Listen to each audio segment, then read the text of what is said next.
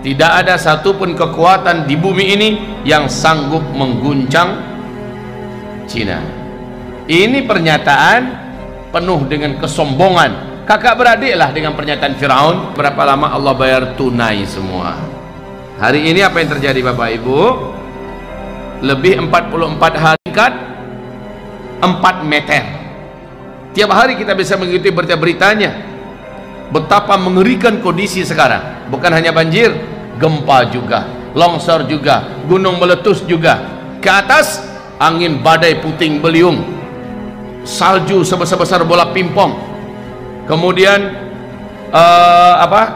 storm yang sangat mengerikan, kebakaran. Masya Allah, unik sekali, di bawah banjir, di atas panas. Ini adalah kejadian-kejadian yang sangat aneh di daratan Tiongkok. Itu baru alam yang bergerak.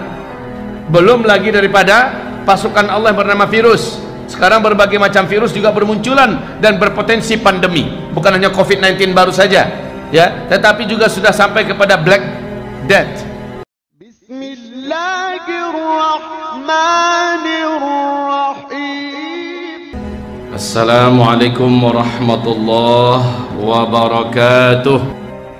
Senantiasa ceramah saya menyampaikan kepada kita semua di berbagai provinsi dan melalui media sosial yang ada. Saya sampaikan, bersiap-siaplah Bapak Ibu, kita ke depan akan menghadapi hari-hari berat, hari-hari sulit, berlapis-lapis nanti petaka, ujian, bencana, musibah, huru-hara, krisis yang akan ditimpakan oleh Allah kepada kita.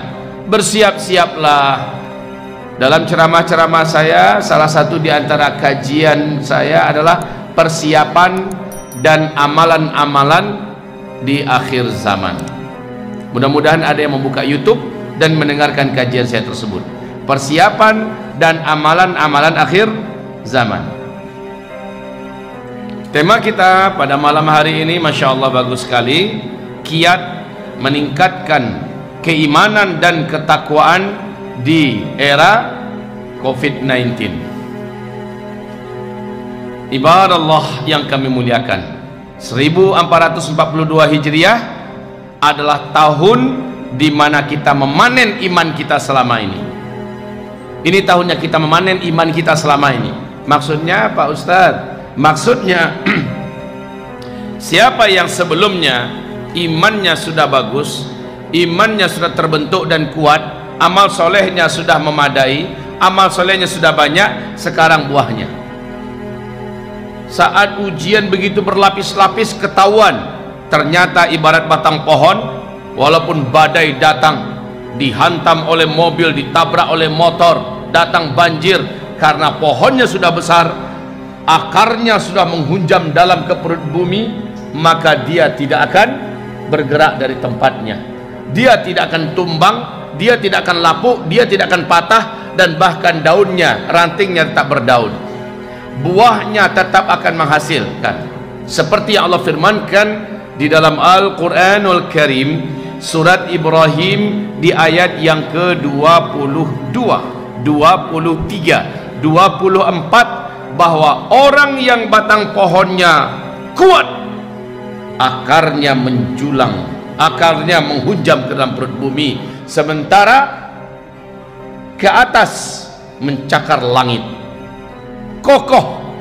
Kelihatan sekarang orang-orang yang sebelumnya rajin ngaji, orang-orang yang sebelumnya kuat ibadah, orang-orang yang sebelumnya banyak menuntut ilmu, orang-orang yang sebelumnya banyak berinfak, bersedekah, hari ini dan tahun ini dia akan panen. Tapi akan ketahuan juga, tahun ini akan ketahuan juga siapa orang yang selama ini malas ngaji, tidak rakus dengan ilmu, jauh dari masjid, tidak akrab dengan sajadah, agak kurang hangat dengan Al-Quran, bibirnya sepi daripada zikir, dan bakhil, pelit berinfak bersedekah. Ketahuan 1442 Hijriah ini nanti. Lihat saja Pak, akan banyak yang goyang, tidak sanggup lagi bertahan sampai pagi beriman, karena hebatnya tekanan dan ujian. Sorenya dia sudah hilang dari imannya. Sorenya ada iman, saking hebatnya ujian dan tempaan, di besok paginya dia sudah kehilangan imannya. Yusbihur rajulu fiha mu'mina wa yumsi kafira, kata Rasulullah. Paginya masih beriman, sorenya sudah kafir. Yumsi mu'mina wa yusbihu kafira. Pada masa itu kata Rasulullah, sorenya masih ada iman, besok paginya sudah kafir. Saking dahsyatnya ujian yang dihadapi oleh umat ini di akhir zaman. Ibarat Allah yang kami muliakan, Oktober 2019 Presiden Republik Rakyat Tiongkok, siapa namanya Pak? Xi Jinping, ketika memperingati hari kenegaraan, acara nasional, memparadekan militernya, senjatanya, dan lalu apa katanya? Tidak ada satupun kekuatan di bumi ini yang sanggup mengguncang Cina. Ini pernyataan penuh dengan kesombongan. Kakak beradiklah dengan pernyataan Firaun, ana rabbukumul a'la. Tidak ada yang sanggup melebihi saya, tidak ada yang lebih hebat dari saya, lebih kuat dari saya, lebih terhormat dari saya. Ana rabbukumul a'la. Dan Allah hinakan si Firaun. Tidak berapa lama Allah bayar tunai semua.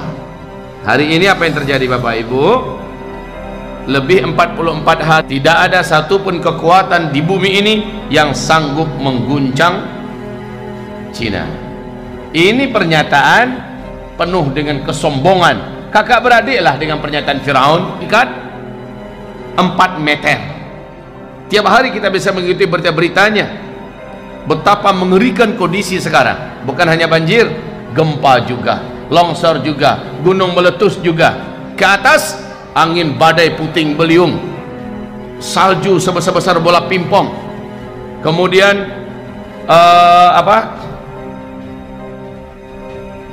storm yang sangat mengerikan, kebakaran. Masya Allah, unik sekali, di bawah banjir, di atas panas. Ini adalah kejadian yang sangat aneh di daratan Tiongkok. Itu baru alam yang bergerak, belum lagi daripada pasukan Allah yang bernama virus. Sekarang berbagai macam virus juga bermunculan dan berpotensi pandemi.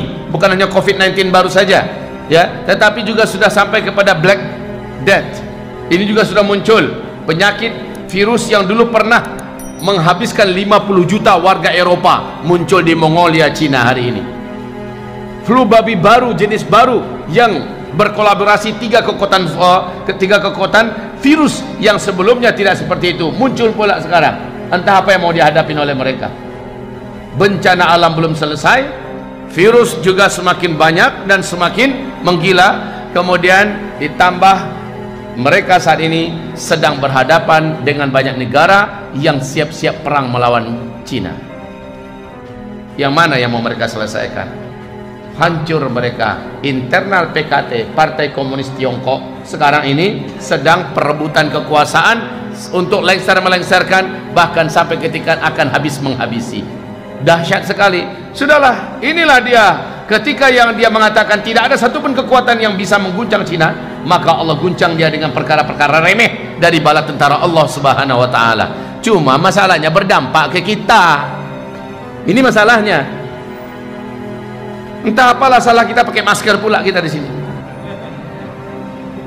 Entah apa masalahnya masjid-masjid akhirnya di lockdown, pengajian-pengajian jadi sepi, orang akhirnya sholat di rumah. Ini habis pengajian ini nanti nggak boleh kita salam-salaman, padahal Rasulullah nyuruh kita salam-salaman. Ini dampaknya pada kita, dan memang protapnya begitu. Minta maaf, habis pengajian nanti saya langsung disuruh untuk naik mobil. Mana dia saatnya bermesraan dengan umat, berfoto-foto dengan umat? Sudah minta maaf dulu ya. Begitulah keadaannya dulu.